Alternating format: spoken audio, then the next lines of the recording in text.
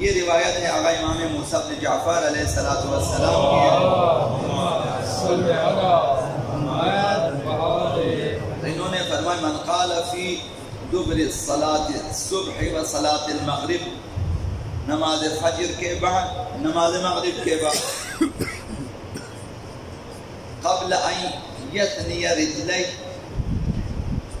تشہد کی حالت سے خارج ہونے سے پہلے، جب نماز ختم کی وہی حالت تشہد جس میں آپ بیٹھے ہوتے ہیں، اسی میں جو ہے اگر کوئی شخص جو ہے صلوات پڑھے، او یکلم احدا، یا کسی سے بات کرنے سے پہلے، یعنی نماز سے آپ فارغ ہونے کے بعد کسی سے بات چیت کرنے سے پہلے، اور قبلہ رخ جو آپ بیٹھے ہیں تشہد کی حالت میں، اسے خراب کرنے سے پہلے یہ پڑھیں جو آپ سب پڑھتے ہیں، کہ ایک آیہ یہ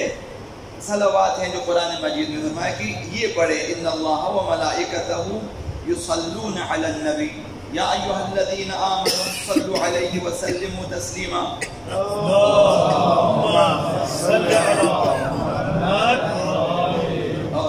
اللہم صلی علی محمد وذریتہ، یہ پڑھیں۔ ہم لوگ مثلا پر اس روایت میں ذریت ہے اور ہم لوگ آل محمد پڑھتے ہیں، تقریباً ایک ہی چیز ہے، معنی مفہوم وہی ہے۔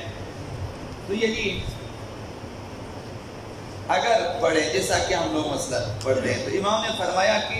اس کا ثواب اور اس کی پاداش یہ ہے کہ قضى اللہ لہ مئۃ حاجۃ، خداوند اس کی 100 حاجتیں پوری فرمائے گا، 100 حاجتیں، 70 فی الدنیا، 70 حاجتیں دنیا میں،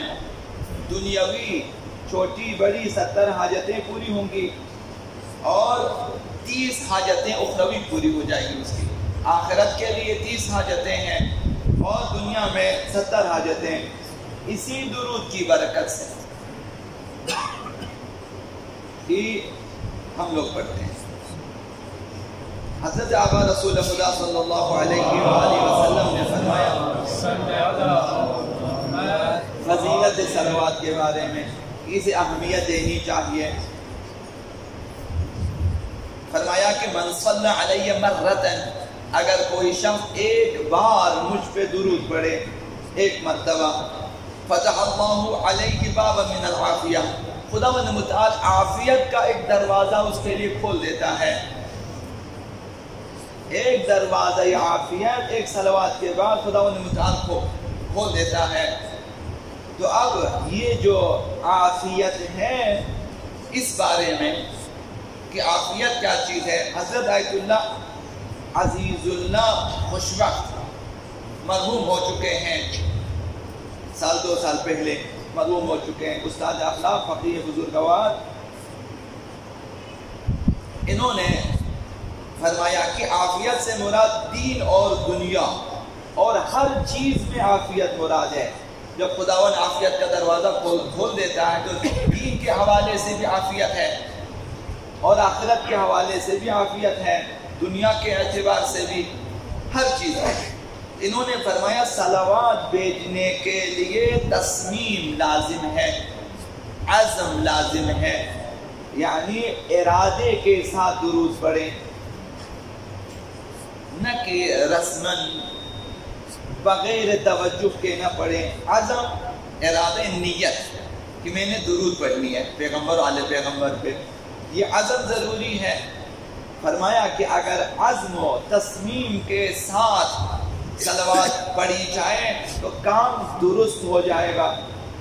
تو جب بھی کسی حاجت کے لیے درود پڑھنی ہے تو عزم کے ساتھ، نیت کے ساتھ اور توجہ کے ساتھ پڑھیں۔ انہوں نے فرمایا اگر صلوات میں تصمیم رکھتا ہو، عزم رکھتا ہو، یعنی ارادہ رکھتا ہو تو صلوات انجام پائے گی، اب وہ بن جائے گی صلوات، کیونکہ توجہ کے ساتھ، عزم کے ساتھ آپ نے پڑھی ہے۔ اس وقت انسان کے اندر عزم قوی ہوگا، انسان کا عزم قوی ہوگا۔ ہم لوگ اکثر جو ہیں کسی بھی حوالے سے انحراف کے شکار ہو جاتے ہیں، عزم اور تصمیم میں کمی اور کمزوری کی وجہ سے۔ یہاں سے تو ہم توبہ کر کے چلے جاتے ہیں کہ آئندہ ہم یہ کام نہیں کریں گے، لیکن پھر وہ کام ہو جاتا ہے، کیونکہ ارادہ مضبوط نہیں ہے، کمزور ہے. تو صلوات سے جب آپ پرعزم ہو کر درود پڑھیں گے تو آپ کے اندر بھی عزم پختہ ہوگا کہ جب آپ نے فیصلہ کیا نہیں کرنا تو آپ نہیں کریں گے. جب آپ کبھی فیصلہ کریں گے کہ میں نے یہ کام کرنا ہے تو آپ کریں گے، عزم آپ کا مضبوط ہوگا. تو انہوں نے فرمایا کہ آہستہ آہستہ کیا ہوگا، اس کے اندر عافیت پیدا ہو جائے گی. درود سے انسان میں عزم پیدا ہوگا، اور جب عزم مضبوط ہوگا تو انسان آہستہ آہستہ ترک گناہ اور انجام واجبات و مستحبات میں کامیاب ہو جائے گا. تو اس طرح انسان کو عافیت مل جائے گی ہر چیز میں. تو انہوں نے ان سے سوال کیا ہے. دوسرا سوال حضرت آیت اللہ عزیز اللہ خوش وقت ان سے سوال کیا، اگر تسبیح ہے، تسبیحات سیدہ کائنات فاطمہ زہرا سلام اللہ علیہا کے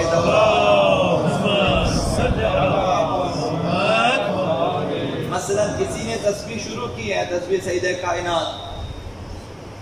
تو کسی نے آیہ صلوات کو پڑھ لیا، آیہ صلوات ان اللہ و ملائکتہ اس طرح پڑھ لیا. ان سے سوال کیا کہ اب تسبیح کو پڑھیں یا پھر صلوات کو پڑھیں. انہوں نے فرمایا کہ صلوات پڑھیں پھر تسبیح کو آگے جاری رکھیں. حضرت آیت اللہ خوشواقی، اور یہی فتویٰ حضرت آیت اللہ مکارم کا بھی ہے جو کہ گزشتہ دنوں عرض کیا آپ کی خدمت میں. تسبیح کے دوران اگر آپ کو نام پیغمبر اسلام آ جائے یا آیہ صلوات آپ نے پڑھ لیا تو پھر بہتر یہ ہے کہ آپ جو ہے تسبیح کو روکیں